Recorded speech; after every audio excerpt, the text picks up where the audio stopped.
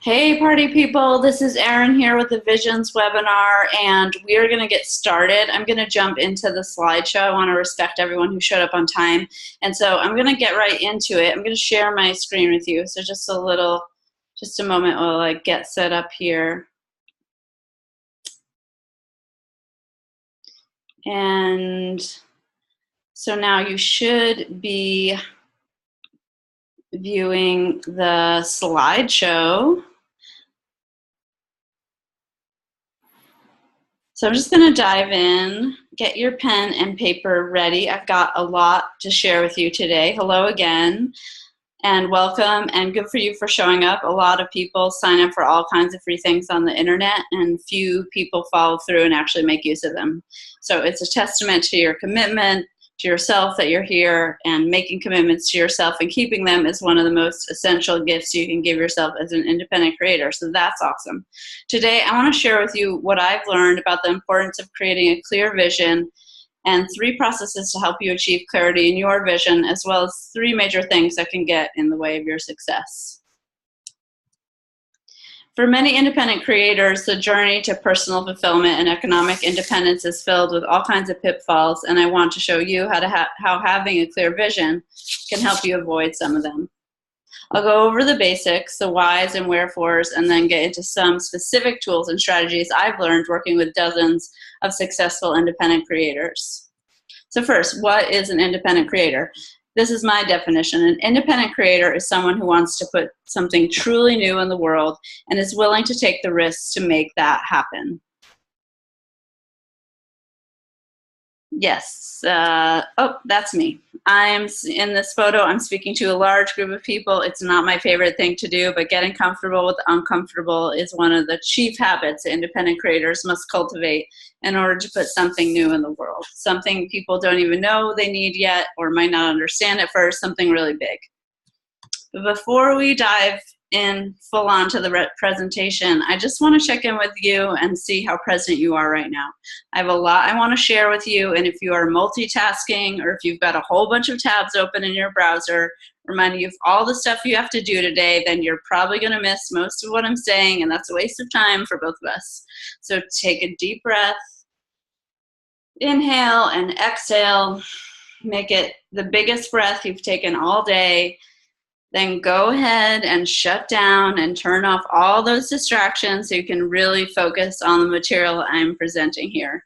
I value my time and I value yours, and I've jam-packed this presentation with information and resources I know can help you. So just let that other stuff go for the next 40 minutes or so, actually more like an hour, and know that the world will not end if you aren't checking your Instagram or returning that text. You know the one I'm talking about. Really, it will be fine, I promise. I know that when I've tried to multitask while attending online webinars, what happens is we get to the end of the presentation and I realize I missed 75% of what the presenter had to say, nor did I accomplish much of my other task. So I'm giving you permission to take things easy today, just do one thing at a time, and I promise to make these few minutes we spent together worth it.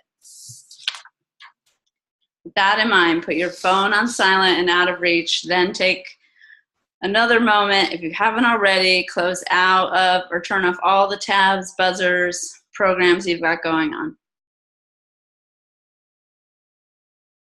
Now, doesn't that feel like sweet relief? I want you to have the best experience here today, so just a few more housekeeping items. One is to grab a notebook and pen for note-taking. At the end of the presentation, you'll have the opportunity to ask questions. You can choose to do so anonymously or with your name. Also, the recording will be available to all participants for playback. The other thing, warning, is that there's some adult language in this presentation, so you may want to put headphones on if you're in a room with children. Otherwise, sorry, not sorry. I drop an occasional F-bomb for emphasis, and if you aren't comfortable with that, you're probably not going to like it here. Okay, so grab your favorite beverage. I'm drinking water so my mouth doesn't do that sticky, dry mouth thing when I really get talking, because who wants to listen to that? I know you aren't talking, but still it's good to stay hydrated. So get comfy. I won't judge you if you crawl up on the couch to watch this. That's one of the great things about being an independent creator. You are your own boss. It's 4 p.m. Eastern time here where I am, and not a cubicle in sight. So thank you, sweet universe. Go. I imagine you're here today because, ta-da, you want to put something new in the world. Okay, so who is this workshop for? As I said, if you want to put something new in the world, then this is the place for you. If you want greater success and more fulfillment, more meaning, greater flexibility, and more freedom in your life, then this is the place for you. Do you ever find yourself working long and in the middle of the day you look up and think, is any of this even working? Am I making progress or just spinning my wheels? What do I work on next? What are my priorities? What the hell am I doing here? Well, then you've definitely come to the right place. My goal in our time together is to help you put that overwhelm aside so you can reconnect with the essential creative spirit that made you want to become an artist or entrepreneur or healer or activist or inventor of some kind, or a visionary change maker in the first place. So here's some reasons that people decide to become independent creators. Having the freedom to do what you love, inspiring, delighting, or challenging people through your work, being able to exercise your creativity, being able to express and share yourself authentically, and making a difference in the world. So you've definitely come to the right place if you want to use your unique gifts, passions, and talents to serve other people. Or if you have a singular, long-held vision of something you're inspired to make, do, be, or have, that's all good. The problem is that when you're not crystal clear on what you want to do or who and what you need to attract and call into your experience to make that happen, you end up chasing a lot of rainbows and shiny objects, getting distracted, sending mixed messages, sometimes spending months or even years chasing so-called opportunities that in reality don't get you one iota closer to your vision. And so even if you quote unquote get them, it doesn't necessarily feel like you've achieved anything. There are challenges. And one is being on that road to nowhere. That is on the hamster wheel, and you don't want to be there. When you don't know how to set accurate targets and then reward yourself for meeting them, you end up feeling like a hamster on a wheel, finishing one project, then on to the next. You become your own worst boss, ick. And when you're in that place, it's hard to win people over to your idea, cause, or message, because it's hard to get really excited about what you're doing and actually keep that momentum going. So what you end up with are a bunch of lukewarm feelings and mediocre results, or you do a million different things that you think are possible to avoid doing the thing you really want to do, which feels like a long shot. You confuse people. They probably want to help or support you. They really do, but you slip right through their hands because you're already on to the next thing and the next and the next. But what about blank? They say, oh, that was last month. You say, now I'm completely into something else. Eventually that becomes exhausting, not just for you, but for everybody else. People stop even trying to figure you out. So just so you know, you are totally in the right place if you're feeling isolated. That's okay. Isolation actually is a life-threatening and life-shortening disease, however. The good news is that it can be cured. Whether you're just starting out or you've been at it for a long time, putting something new in the world takes guts. It takes grit and determination and resilience, hard work and effort, organization and leadership capability. That is a lot to ask for yourself. But look at it this way. You've cared enough to show up and be willing to learn something new today. That puts you ahead of 99% of people out there, because a lot of people prefer to stay stuck and rather than leave their comfort zone. So thank you for showing up today. It inspires me to know there are people like you in the world. My goal is to break down the creative process, point out where those inevitable challenges occur, and then give you tools to help you overcome those challenges. It's to cut out the unnecessary challenges so you can focus on the ones that really matter. Because living in fear is no way to live. And finally, you are totally in the right place if you just want to hang out with me, because that's cool, and I totally support that. Here's how to know you are not in the right place. You're not in the right place if you've got this figured out already, and to that I say congratulations. Call me, let me know how you did it. I'd really love to hear a story. I mean, really. Also, if you're completely content with whatever, right, we'll just keep it. Also, if you're completely content with whatever you're doing, being a hobby or a casual side thing or an on-again, off-again whim that you take up when the mood suits you, that's fine too, but you probably don't need this workshop. Also, if you're avoiding responsibility, you're not in the right place if you think being an independent creator is a way to avoid the challenges of having a regular 9-to-5, because boy, oh boy, compared to just showing up and putting in your time and knowing you'll get a paycheck for it, being the person has to bring all the motivation, all the skills, and all the resources to the table, even when things are challenging, is, at least initially, totally terrifying. You're also not in the right place if you're not ready to put in some work and take action on the steps and tools I give you. This experience is only as useful as you make it, and you are responsible for your own effort, nobody else. So maybe you've seen that bumper sticker that says, "Leap and the net will catch you." What if you leap and the net doesn't appear? What then? That is not part of the bumper sticker, but it is a part of life. Maybe it's not as easy as you thought it would be, or maybe you want to do something really big and just can't picture how you're ever going to get there. I imagine part of the reason you're here is that you are serious about putting your vision into the world, and you know there are challenges and you're looking for support to overcome them. Getting serious about your work doesn't mean taking the joy out of life. And in my own experience as an independent creator who has worked with some of the world's most successful artists, healers, and changemakers, joy is actually a big part of the equation. But so is resilience, stepping out of your comfort zone and getting help when you are stuck. And that's what you're demonstrating right now just by showing up here. So congratulations on that. Yay! My work with the Power of Yes is all about providing tools and resources and support so you don't have to do all that alone. Today I'm going to talk to you about visions because visioning is such an important part of the creative process, and I'm going to talk to you about how to use a vision in a way that is actually effective and helps you sustain your energy, joy, and focus even when you face challenges in your life as an independent creator, because you will face challenges. So I want to address those up front. Learning to overcome challenges is a part of the journey to realizing your vision. I'm going to show you today how to use those visioning practices to bust through blocks and challenges. I'm not, however, going to tell you that all you need to do is believe in yourself and the universe will conspire on your behalf and make every little thing you desire happen overnight. I actually do kind of believe in miracles, but I don't believe in Santa Claus. Sorry about that. In my experience, setbacks are there to show us where we need to grow, and oftentimes we're not quite reaching far enough, where we are playing small or holding ourselves back. Yes, I said it, we are our own worst enemies. By the time we've reached adulthood, most of us humans have learned to argue for our limitations. We come up with all kinds of reasons why we can't be or do or have the things we want in our deepest hearts. It's called the negativity bias. Some people make whole careers of arguing for theirs and others' limitations. Visions are about eradicating negativity bias. Visions are about holding space not only for what is probable, but what is possible, which is always far more than we can imagine. Just as unlikely as it was for even one of your mother's eggs to become the human that is you, it's even more unlikely that you know everything that is going on with the universe. That's the cool thing none of us really know. But ambiguity is difficult. When the path is not spelled out, it means that you have to face uncertainty. And there's a lot of people who would rather stay small and hide out and be right than let go of their biases and limited expectations. But here's the thing, successful independent creators love ambiguity. They love not knowing everything. They love being curious and figuring new things out. They love it when the unexpected happens.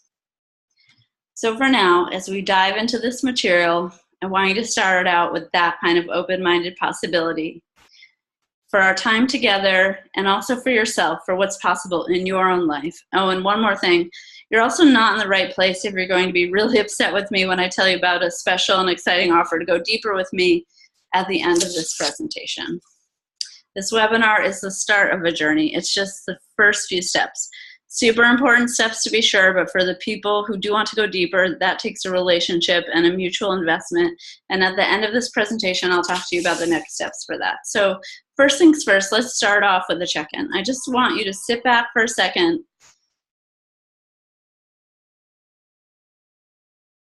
Dive into your own imagination. I want you to dream big. I want you to screw the dang how for now and allow all the possibilities to flood in. So sit back, close your eyes, take a really deep belly breath, and allow your mind to relax. Take a step back from all the urgent concerns of the day.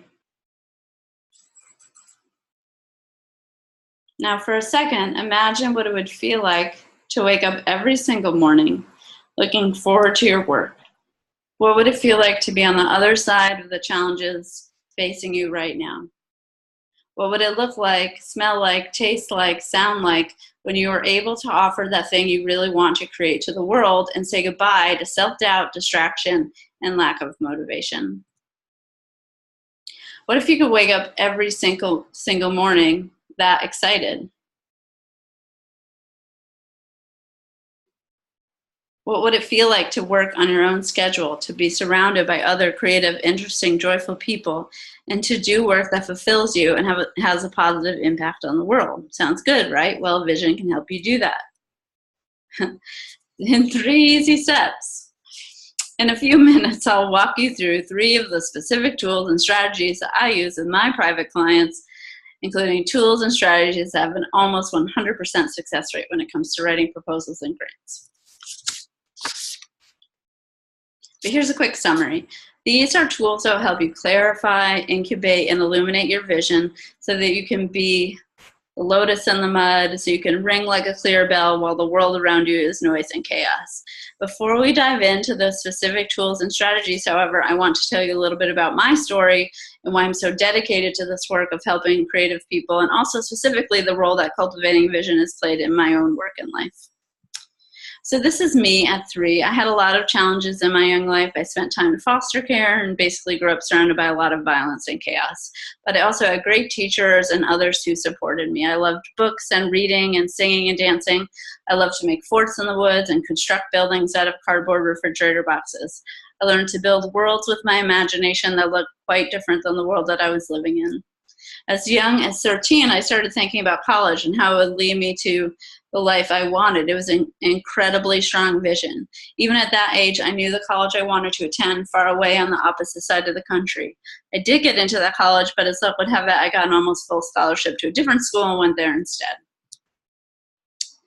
What I got in college was that inspiring Dead Poets Society, Carpe Diem, the world is your oyster kind of experience. I was surrounded by smart, talented, energetic people who are out to make their mark on the world. There's that saying that you're the sum of the people you spend the most time with, and I'm not sure if that's 100% true, but certainly surrounding yourself with other creative, independent people goes a long way if you're an independent creator.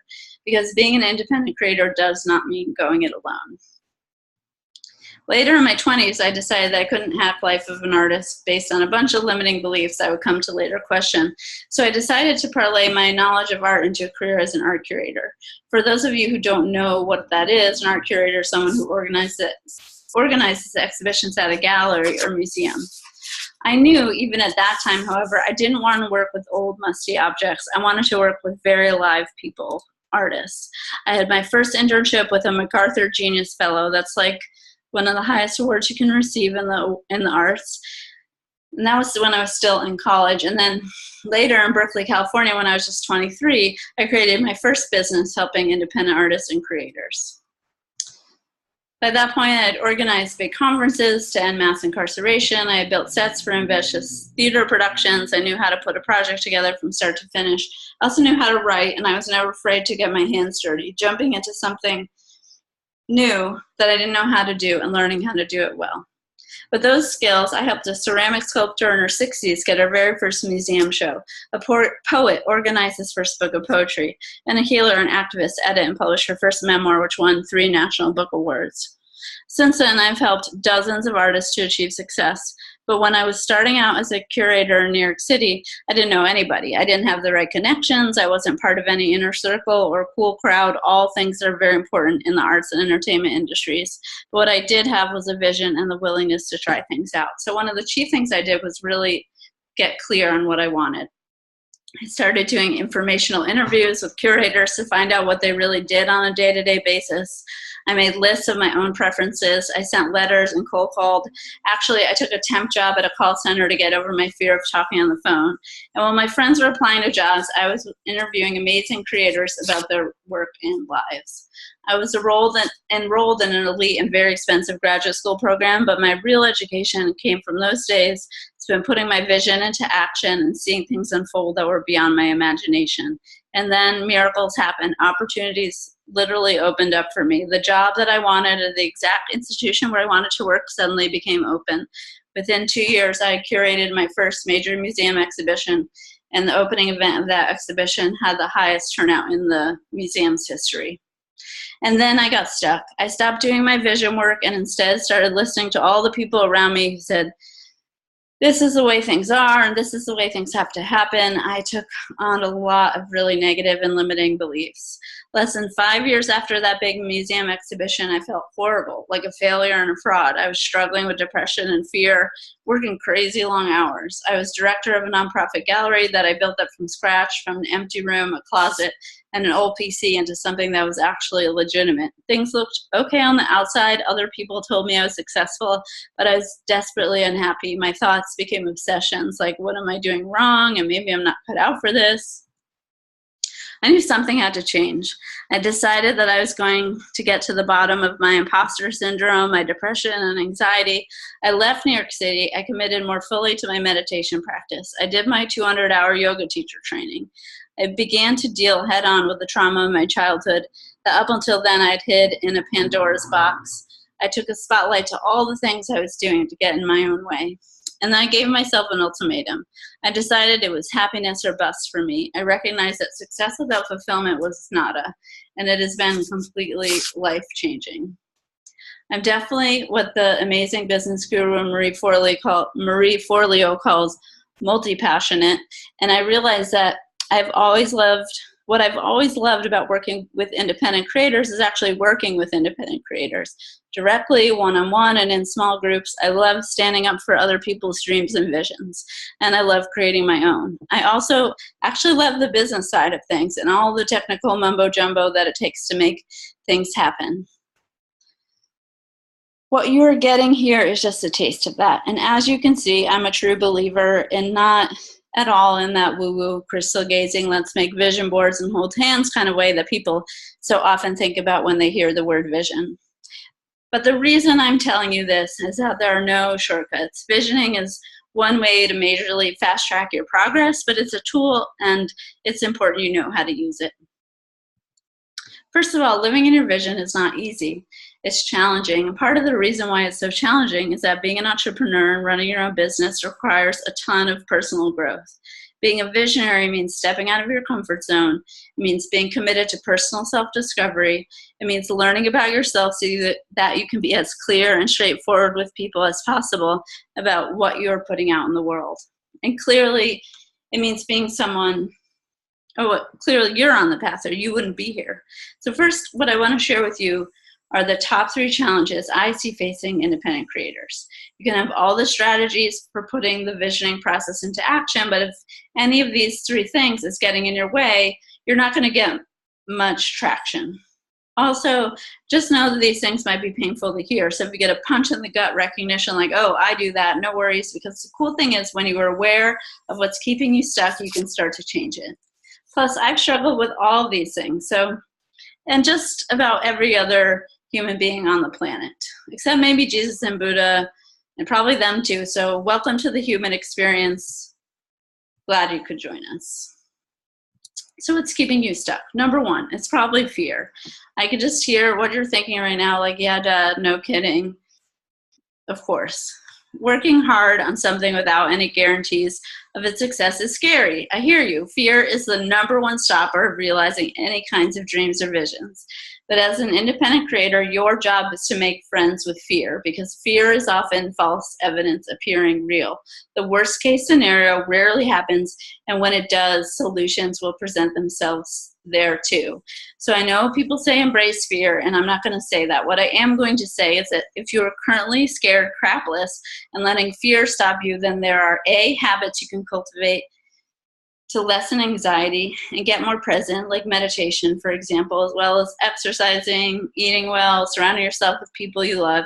And B, one of those habits, chief habits you can learn, is to accept fear as an inevitable part of the equation and begin to see it not as an excuse to backpedal, but as the actual call of opportunity, pointing out the thresholds that you are going to have to step across or the limiting beliefs you're going to have to let go of in order to prosper. I will say it again, fear is the number 1 thing that keeps people from realizing their vision. So make friends with fear and make making friends with fear part of your vision. I also know of at least one world famous poet who's living today who survived homelessness. So if anyone broke and homeless and alone is a fear of yours, just know that can be overcome too. It's not the end of the story. Begin to think of the place where you confront fear as your growth edge, and fear will take on a whole new meaning from you. From there, you can actually start to use it. Banish perfectionism. The next thing that keeps people stuck is trying to wait until everything is perfect, until they are ready. So what does being ready even mean? Does it mean having all the time and all the money and all the self-confidence in the world and everything lined up beautifully before you believe in your vision and start manifesting it? No, because does it mean having all the technical skills and all the right equipment at your disposal? No, because that day will never happen. Success breeds success. So start small, do one thing well, anything really. Appreciate the results of your effort and move on to the next thing. Take it from a reformed perfectionist. I love things to be perfect, but I've learned that good enough is better than perfect. Good enough actually happens and perfect does not. Comparison. The third thing that keeps people stuck is saying things like, but there's so many other people out there trying to do what I'm doing, and they have more resources and better connections and look better in a bikini and a nicer butt, so I can't possibly hope to succeed in that capacity, arena, industry, niche, profession, whatever. And just perhaps you might spend some of your valuable, precious mental energy hating on those people. Okay, maybe hating is too strong a word, but judging them. You've heard the saying, comparison is the thief of joy. Well, that is true. So just stop it. Mind your own business, because your business and your vision needs your mind. It needs all the love and focus and attention you can give it. The other thing I want to say, if you're always worried about what other people will think of you if you do X or say Y, then, and sorry to hurt your feelings, Buttercup, but nobody actually cares that much what you're doing. Not really. They're too busy thinking of their own stuff. Oprah's life coach, Martha Beck, offers an exercise she calls the Everybody Committee, where she asks her clients to analyze such statements as, if I do X, everyone will think I'm, or everyone expects me to blank, or everyone's always telling me I should. Everybody is a projection of your own internal negativity bias. From working with thousands of people, Becca's come to the conclusion that everybody is just that, just the projection of your own negative internal voice, which magnifies the voices of a few select people in your life, those who are the most judgmental, and then you generalize from there. So isn't that great news? What I'll say is that the writer Anne Lamott says she still wrestles with those kind of voices in her head, tell her she's not good enough and no one's going to buy or read her books. And that's after having 17 books to her name. So that's that. Don't believe the hype, especially when it's coming from inside your own head. Seriously, in case you've got little ones in the room, cover their ears right now. One thing I want you to start saying to yourself today is, why the fuck not me? Only you can do you. Only you have your unique combination of experiences, talents, and interests. Even if there are already millions of people doing what you do, the way you do it will be completely different. So what have you got to lose, really? Your limitations, your staunchly held opinion of how the world works that have never been in your favor anyway. Do you really want to hang on to that? No, I didn't think so. So let's start with the premise that your vision is important and that you are on this planet to make a valuable contribution, period. End of story. Okay, so now we're done with the pep talk and we're all in agreement that we're all awesome and we all deserve good things for ourselves. So great. So moving on, let's get into it. Now I'm going to tell you the 3 powerful ways that you can create and activate the vision of your best life and best self as an actual practice. Here's what this is where you're going to want your pen and your paper ready. So take a second and just grab those if you haven't already. First, let's talk about life without a vision and purpose. Generically trying to succeed and being all things to all people. Actually, let's not. Do we really need to talk about that? You wouldn't think so. But for all the supposed benefits of formal education, my education at least never included setting intentions and creating a vision for my life. This is despite the fact that a lot of successful people, top athletes in particular, consider vision work an essential part of their training.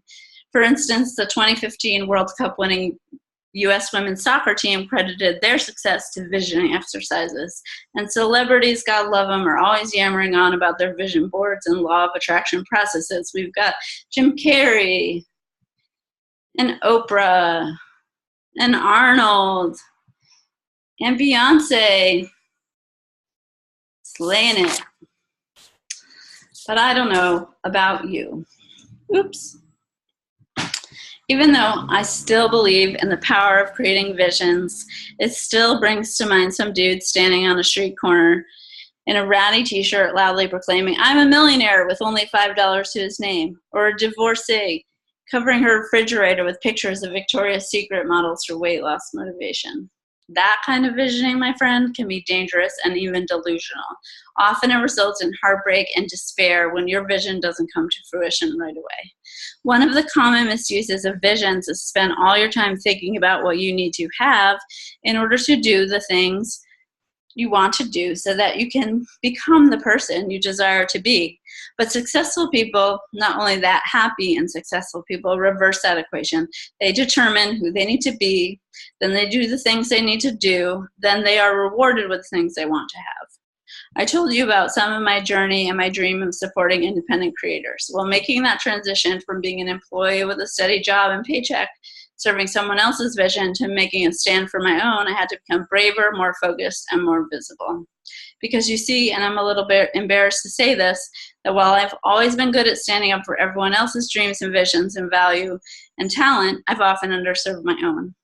I saw all my private grant and proposal writing clients thrive and grow, moving on to greater and greater success as a result of our work together, while I stayed the same, charging the same amount, doing things for cheap on the side, in the dark, by word of mouth, afraid to ask for client testimonials, afraid to really commit to what I wanted to do. I bought into some pretty limiting ideas. Oh, we're still here. Sorry.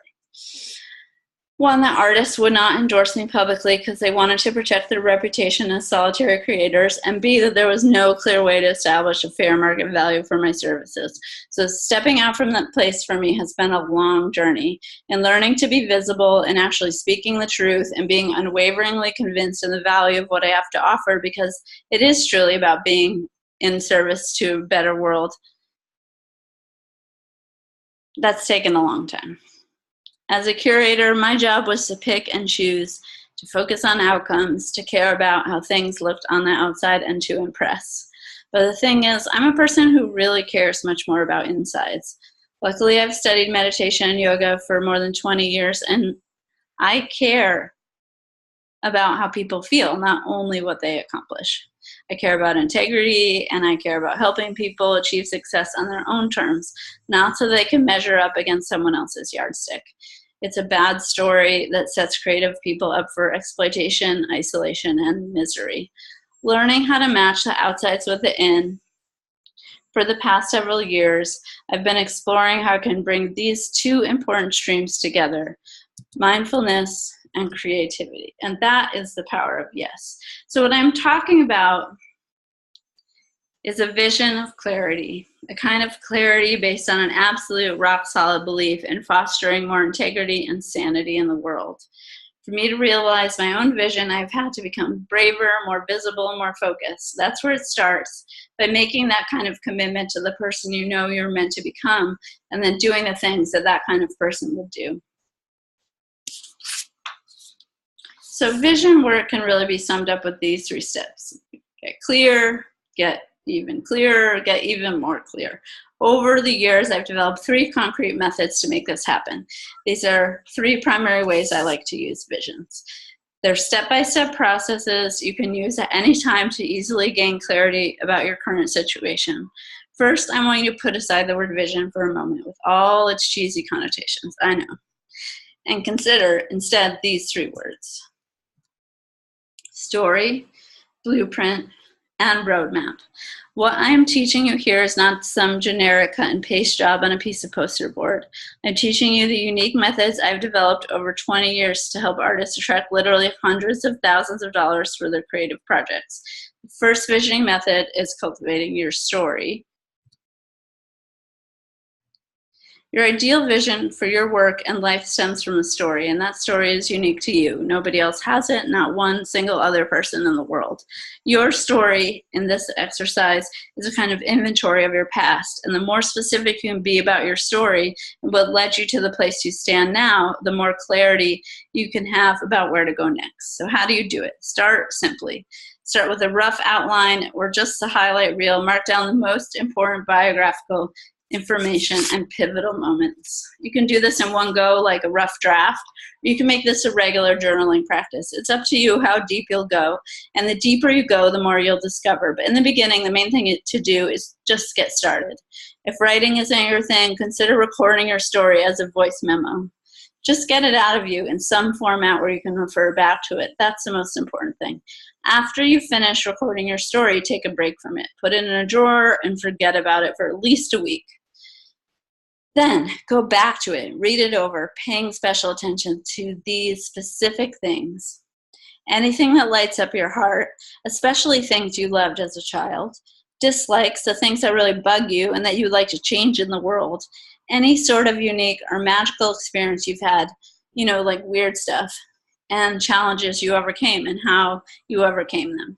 The last one's really important because when terrible things happen to people find themselves stuck in the same story. It's one of the saddest things about trauma, especially childhood trauma. People are attracted to what feels comfortable to them, to what feels like home. And if you have been on the receiving end of oppression or abuse, especially as a child, you may find yourself stuck rehearsing the terrible things that happen to you over and over again as if they're happening right now in the present. If you have one of those stories, I want you to consider telling a different version. Instead of telling a story of tragedy, turn it into a story of triumph. Triumph about the person who survived those traumas, about the person who learned how to thrive and to help others do the same, and about the person who is showing up for this workshop right now and is pursuing their vision and willing to put in the work, because that's what you're doing right now. That's a true story, and you are the living proof of it. The more specific you can be in your story, the better, because the details will reveal themselves to you in the preferences and characteristics that are unique. As you start to pay more attention and to honor those things that come easily to you but not to everybody else, or that really truly interest you, the more unique your story will become. As you cultivate your story, remember that you are the one who decides which parts you want to emphasize. It's your story, you're the storyteller, it's up to you how to tell it. I will get to the benefits of having a unique story in a minute, but I'm going to run through the other two tools first. The second way I want to encourage you to think about visioning is by thinking about it as a blueprint. So the story is about the past, blueprint is about your present. It teaches you how to structure and make best use of your time right now, not only so you can know where to focus your energy, but so you can have more fulfillment in your life. Complete work-life balance might be a myth, but according to the habits of highly successful people, fulfillment is absolutely essential for long-term success. And fulfillment means things like joy and love and happiness, not just awards, cash, and prizes. So in order to do your vision as a blueprint, I'm going to suggest you do a wheel of life, and this is what a wheel of life looks like. You can find free wheel of life templates like this one all over the internet. You can even pay for some fancy one if you really want to pay for things.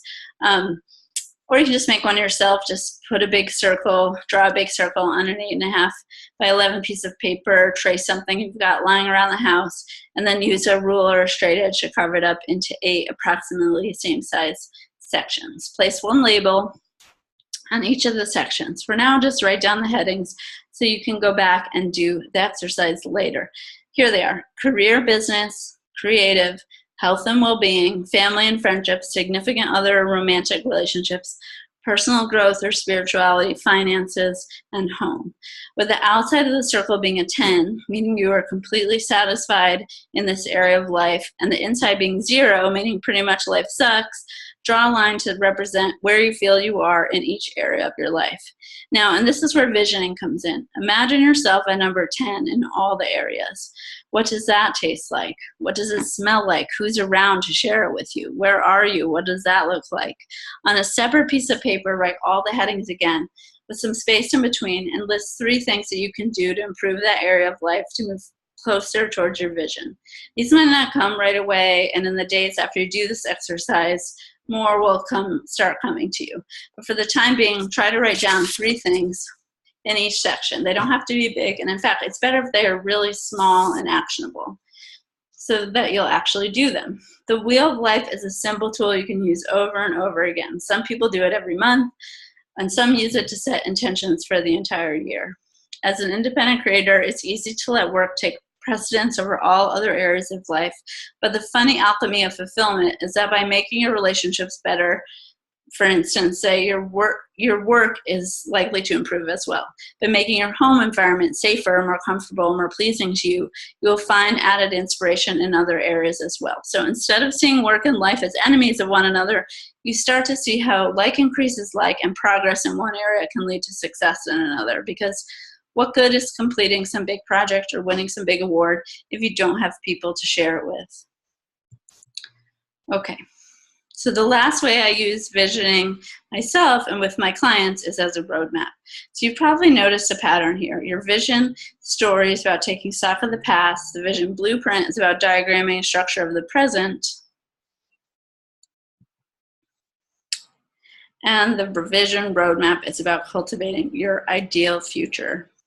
This is really where the rubber meets the road. The roadmap is all about integrating your vision so deeply into your mindset that it becomes like your GPS for navigating the universe. Instead of just being a bunch of abstract ideas and concepts, this incubation phase emphasizes the emotion of your desire, be it clarity, freedom, a feeling of inclusion with others, respect, love, leadership. The feeling might be eagerness, pleasure, clarity, or some other sentiment. Getting as specific as possible about what feels like freedom and success to you is essential to actually achieving it. Why? Because the unconscious mind functions primarily by emotional arousal. So activating your vision by emotions rather than by intellectual concepts is what cements it deep in the inner reaches of your mind. And why is bringing your unconscious mind online so important? Think of the activity of your unconscious mind like the background programs that are running to keep your computer functioning right now. Those programs are making thousands of little decisions every moment. They're choosing what to let through to your conscious awareness and what to keep going in the background. Also, which information is actually important. So what happens when you make your vision a vivid emotional reality is that those programs start to match like with like. So maybe your dream car is an Audi R8. I'm not sure if this is the R8 actually, but currently, anyway, you're taking the bus. So it doesn't really matter which version of the Audi it is because you're not in any of them. You're probably not going to have either an Audi R8 or the money to buy one anytime soon, but what you might find as an experience, it gives you a sense of positive forward momentum or ease in traffic. And those are the things that will lead you towards your vision. Because this part is really essential. We often let what we think we want or what we think we should want get in the way of our true desires. And that, my friends, is the road to nowhere. And there's all kinds of reasons for that. Social pressures, negativity bias, like we talked about earlier. But the way to begin to overcome that bias is by paying attention to the feeling of what we desire rather than being so concerned about what it looks like. That opens the doors of possibility. So if you want to activate your vision, here's what you do. You get specific. You can write a statement. You can do a good old vision board. You can use a tool online. One method I really like is to imagine 6 images that most represent your heart's deepest state of contentment. For me, these include playing with the dog and another vision of being with people, sharing food and stories and playing music. They're just images that arise from my subconscious when I get quiet and am able to think about what I truly want. Then periodically, you just run these images through your mind, always in the same order, 1 through 6. It's like your own personal movie made for you and starring you. However, you choose to make your vision, make sure you revisit it regularly, say before bedtime, put it in your calendar, and check it on a regular basis. Every time you do this, you increase the probability that the incubation will take effect. Write any phrases that come to mind when you do this in your journal or on reminder notes, which you will see during the day. Be relaxed when you cultivate your vision. Meditate or do something else to get your mind into its most receptive state in the right hemisphere mode that most closely approximates the dream state. This is similar to hypnosis. Actually, it is a form of self-hypnosis. If you do this, what you'll begin to notice first is synchronicity. Strange coincidences will start happening to you. Things coming together at the right time. Animals might become particularly attracted to you because animals love a buoyant spirit. People will also start to be more attracted to you because they can feel easy around you and you seem fun and people are really drawn to that. So that's it. Those are the 3 easy steps. Yay. Okay, what's that? I think I can hear what you're saying in your head, so I can't hear it, but I'm going to call you out. You're saying, I hate the idea of vision boards and all that new age crap. What do I do? Even put in there? Brand new car? Is this Jeopardy or The Price is Right or whatever? This is really stupid. Okay, I had all the same reasons why I didn't do a lot of the things that make my life a million times better today. Meditation, check. Morning writing, check.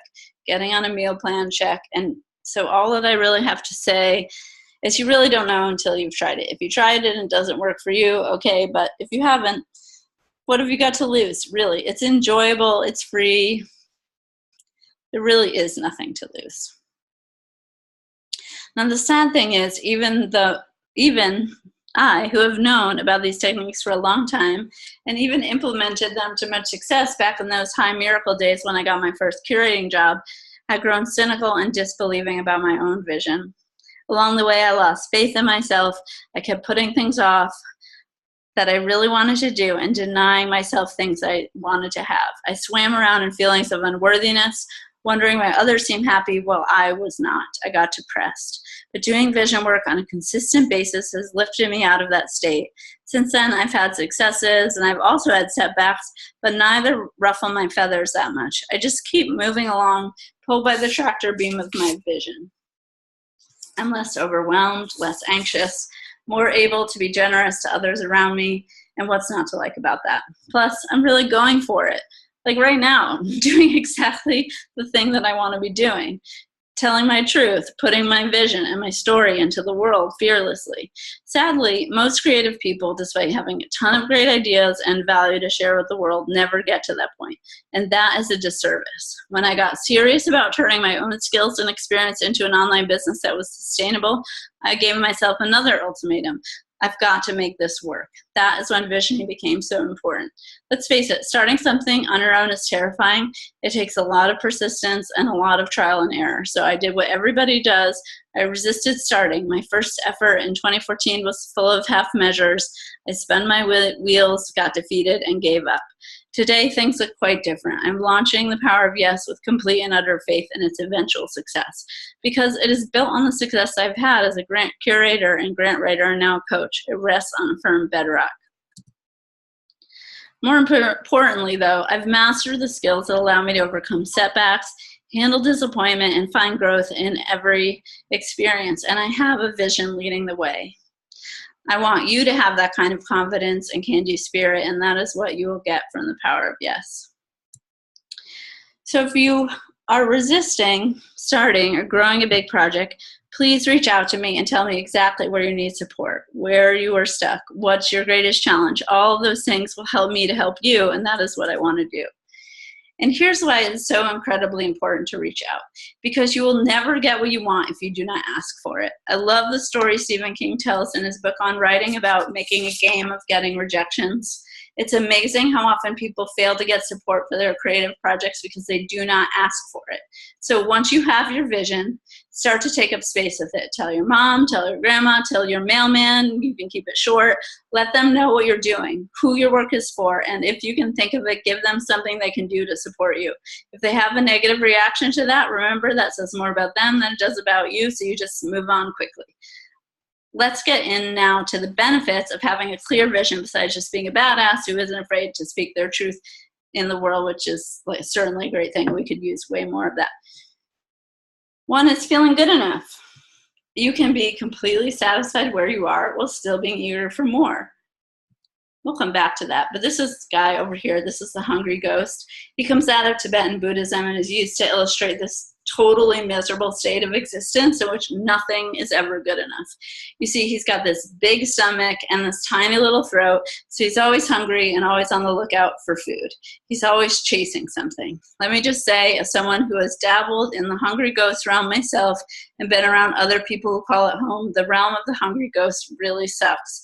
Having a vision, learning to appreciate the small signs, that it is coming to fruition, and learning to celebrate the moments when the major miracles occur, when something you longed, hoped for comes into being, kills the hungry ghost. And he's a demon, so killing in this case is totally cool. You wouldn't spare a White Walker, would you?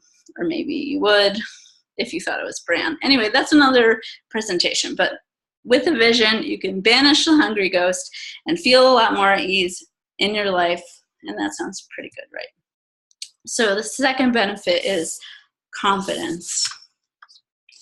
Maybe you've heard the saying, what you measure grows, but actually writing down different aspects of your vision and marking your progress, you'll become less dependent on outside circumstances to determine your well-being. You'll see your growth happening, and you will start to gain the kind of unshakable confidence that comes from really believing in yourself and becoming your own best ally. People who know very clearly what specific benefit and unique value they bring to the table don't feel the need to compete with anyone. They just do their best, and because they're open to many possibilities, if they do have a setback or rejection, they usually find another option quickly. They eradicate the competition. When you stop seeing others as competition, you can make more connections. And when you make more connections, you increase your chances of success. Plus, you'll stop following the herd and making decisions based on what everyone else is doing. Eradicating the idea of competition is not only a way to seriously turn the volume down on the chattering of the everybody committee. When you are standing firmly in your vision, it's much easier to see the opportunities that are right in front of you, because you don't need everyone to like you. You just need to connect with the people who do like you or what you're doing. It's about quality, not quantity. A lot of people get caught up in the numbers. A lot of people think they need a gigantic audience or big gallery or major client list, and that's simply not true. This is just a very simple general overview of some of the tools I offer my clients. It's actually not even the direct service I offer, but that's the thing. This is really the foundational mindset work that's just so important. So I'm really glad that I get to talk to you about it today, because I'm so strongly rooted in my own vision of bringing mindfulness and creativity together and learning to combine success and fulfillment. This is just what comes through me to my clients naturally. I don't even really need to talk about it. It just comes out in everything I do. I'm able to support other people's vision even when they aren't quite up to it themselves. I literally believe for them on their behalf, and that energy is enough to spark their own enthusiasm. Yay! That way my audience literally gets nurtured while I'm helping them to achieve something very practical and tangible. And I feel great when I get to do that. You know what else happens? My clients feel good and supported and want to come back and work with me, because that is what a win-win situation feels like. And when you're rooted in your vision, more and more of your relationships can be like this: mutually beneficial, fun, enjoyable exchanges, because you stop competing and you stop going around looking at what's missing. You get to relax more into your experience and find enjoyment in the moment. This is what is so difficult to convey about the visioning work. So thanks for hanging in here with me. I know it's been a long haul, but doing this work not only leads to more success, it actually makes you, sorry, this is the F-bomb alert again, really fucking happy. And when you're happier, the weirdest things start to happen. People want to give you stuff. They want to hang out with you. They'll go out of their way to support you because it's fun for them too. Of course, there are a handful of miserable people. Remember the everybody committee who will resent your success. You must learn to ignore them and create boundaries. If you have 20 minutes or so, I suggest watching Tara Moore speak about her research into how being hooked on other people's opinions, be it praise or criticism, keeps people small, especially women. I want all my clients to succeed, because the world needs people who are willing to put something new into it and not simply to react and judge and criticize what everybody else is doing. Protest is fine and sometimes absolutely necessary, but as Sun Tzu says in The Art of War, whoever's second in the field and has to hasten to battle will arrive exhausted, which means don't take up the fight from a weakened position. In other words, the best defense is a good offense. So get out there and put your vision into the world. Go boldly. You'll be ahead of 99.9999999% of independent creators out there if you do. Okay, so if those are the benefits, let's talk about what not having a clear vision will cost you. Here are some of the symptoms of driving without a vision: muddled focus, wasted time, wasted money, overwhelm. Constant fear of competition, what I like to call looking over the shoulder syndrome, low energy, and decreased motivation. You wouldn't drive a car blind, so why would you drive blind with your creative work? Or with your life, for that matter. Your vision is your why. Your vision is what gives you direction. Your vision includes what you believe in, your core values, and what you want. It's that powerful reason why you want to do something, your overarching purpose. Knowing your passion gives you the motivation to keep at it even when there are hardships and setbacks, which there inevitably are in any endeavor, and certainly in the ones that are really worth doing. So what's one step today you can take to better enhance your own vision? Please share what you're doing. Please share your vision with others. When you're rooted in your vision of something to share that is authentic and can positively impact the world, it is your duty to share it. Literally, it's your duty. You owe it to others to put it in the world. For example, I have no qualms about sharing my Get Funded course with you because I know for a fact that it'll change people's lives for the better and save them from countless hours of worry and suffering. Change your mindset and get visible. Create something that you 100% believe in and know that it will positively impact people's lives. When you 100% believe in what you offer and you know specifically how it's going to impact people's lives, then talking about it becomes super easy. You can get excited about it. You can shout it from the mountaintops, and you don't even care about the occasional side eye from people. Okay, so what is Getting Funded course? The Get Funded course? Well, it all starts with defining a clear purpose of your objectives and your audience. So even just doing this vision webinar, you've gotten a little taste of that. It means getting very specific about what you want to do and learning how to share that honestly and directly with people. And it is developing a clear statement of the value about what you're creating in the world that is applicable in many different situations. With this method, you learn to stop putting all your eggs in one basket, and instead you start seeing baskets everywhere. A lot of the methods I use and Get Funded came from my success as a grant writer, which has come just by making very clear statements and teaching this principle to others. I help my clients learn to master this heart-centered approach to finding support for their creative work. I help them to stop overcomplicating and overthinking everything and trying to impress everyone, instead to have the confidence to tell the truth and speak from the heart. So maybe now you are an independent creator and you are unsure where to find support for your work. You're shooting blind and chasing random, quote-unquote, opportunities. You're letting perfectionism get the better of you. You're second-guessing every decision you make, or you're spending a bazillion hours on things that don't really move the needle on your vision. Or you're analyzing your competition and isolating or distancing yourselves from others as a result. So I want you to see how doable and enjoyable it can be to find some more support for your work when you have clear steps to get results and you have a community of people that support you. At this point, you might be thinking, all right, cool, that all sounds good. I see where you're going with this, but how do I do this as quickly and effectively as possible without taking a million years and a bazillion hours and spending $1 million? Well, how about a course that offers you the exact steps, strategies, and tools I've used to create dozens of winning proposals for my clients, laid out in an easy-to-follow method that you can use again and again and again. This course is affordable and yet offers many of the same techniques and strategies I offer to my boutique clients. So what's not to like about that? My course, Get Funded, is a comprehensive 5-week program that will walk you through the unique grant writing process I've used to help dozens of artists get funded. It is going to make your proposal or grant writing journey so much easier and faster and less painful than if you did it alone. Plus, you won't be doing it alone, because the nice thing about this introductory course is that it will also include a live coaching and community component. Instead of a pre-done slideshow, all the course modules will be delivered much like this one, once a week.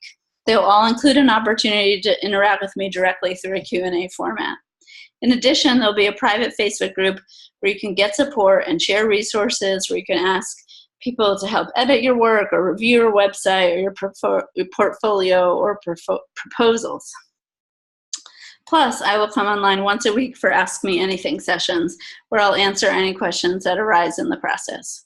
Eventually, this course will become a completely standalone, self-guided, automated experience. But for this special inaugural run, I want to reward your own willingness to take risks by jam-packing this Get Funded course with as much value as I can.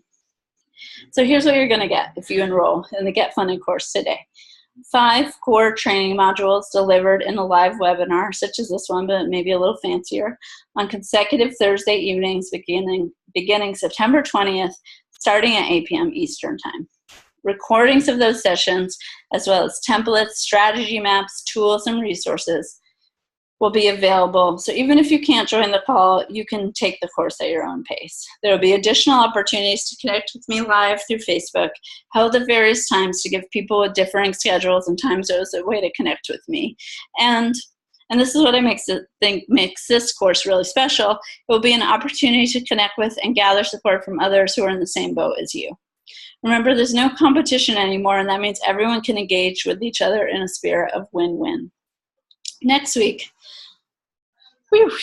I'm releasing my second webinar in this intro series to the Power of Yes, which is the platform I'm building to help independent creators thrive in the world. In that course, I will offer you some specific ways to turn your visions into action, how to set goals for yourself, and to measure your success and reward achievement. I'll also be letting you in on specific modules that will be offered in the Get Funded course. Being a creator like you, I'm always tweaking and testing. I love trying new things out. The learning process is actually what I live for. So I urge you to try to get funded. The course costs $229, and for those of you who are here with me live today, I'm offering to you for $179. You'll get a follow-up email with the recording along with that special offer, which expires August 31st. So if you're interested, I encourage you to hop on it soon. But getting in on the ground floor of this course, you get to join me in this process at the beginning. I will listen very closely to all of your feedback and do my best to make this experience truly, truly special for you. Registration closes September 15th. In the meantime, I hope you enjoy the other webinars and all the other content I'll be rolling out over the next few weeks as I bring the Power of Yes online. Follow me on Instagram or like my page on Facebook, and don't hesitate to reach out to me with feedback or questions. I'd really love to hear from you. Yay! Thank you. Thanks for taking your time to be with me here today. So that wraps up the presentation. I hope you took something out of it, something that makes the sun shine a little bit brighter in your day. I'm going to stop sharing.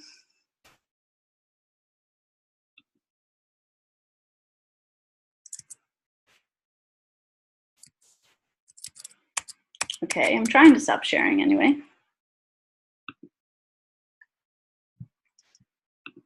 Now I'm back. So now I'm going to answer any questions that you have about all the material I just presented. I'm really excited to talk with you. And I really want to know, what are you creating in your life and how can I help you to do that?